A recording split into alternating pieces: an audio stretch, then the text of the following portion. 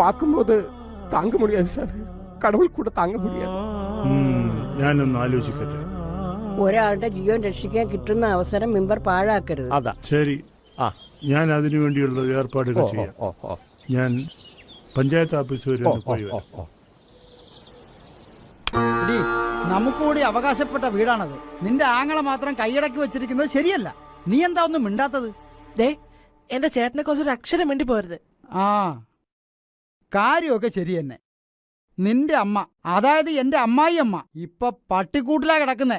ഏട്ടാമ്മയെ പൊന്നുപോലെ നോക്കുന്ന കേട്ടാ. നിങ്ങളുടെ അനാവശ്യം പറച്ചിരിച്ചിട്ട് കൂടുന്നുണ്ട്. ഞാൻ പറയുന്ന അനാവശ്യം. അപ്പൊ നാട്ടുകാർ പറയുന്നതോ? അവസാനം നിന്റെ ജ്യേഷ്ഠൻ നിന്നെയും പറ്റിക്കും. ചേട്ടനും നാത്തൂനും ചേർന്ന് അമ്മയെ പട്ടിക്കൂട്ടിലാ കിടത്തിയിരിക്കുന്നെ. ഞാനും പറഞ്ഞു നമുക്കമ്മ ഇങ്ങോട്ട് കൊണ്ടുവന്നാലോ. പിന്നെ എനിക്ക് ഏണി പിടിക്കാൻ പറ്റത്തില്ല. ദീനം വന്ന് ഇന്നോ നാളെയോ എന്ന് പറഞ്ഞിരിക്കുന്ന കിളവിയെ ഇങ്ങോട്ട് കൊണ്ടുവരാൻ ഞാൻ സമ്മതിക്കത്തില്ല. എന്റെ അമ്മ ഇപ്പൊ നിങ്ങൾക്ക് ദീനം വന്ന കിളവിയായല്ലേ.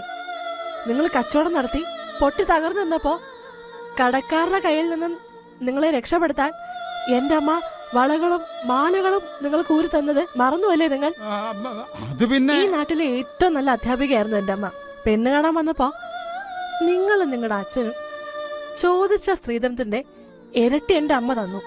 നിങ്ങളും പോയി കിട്ടുന്നത് വാങ്ങിച്ചോ. എന്നെ ഒന്നിനും വിളിക്കരുത്.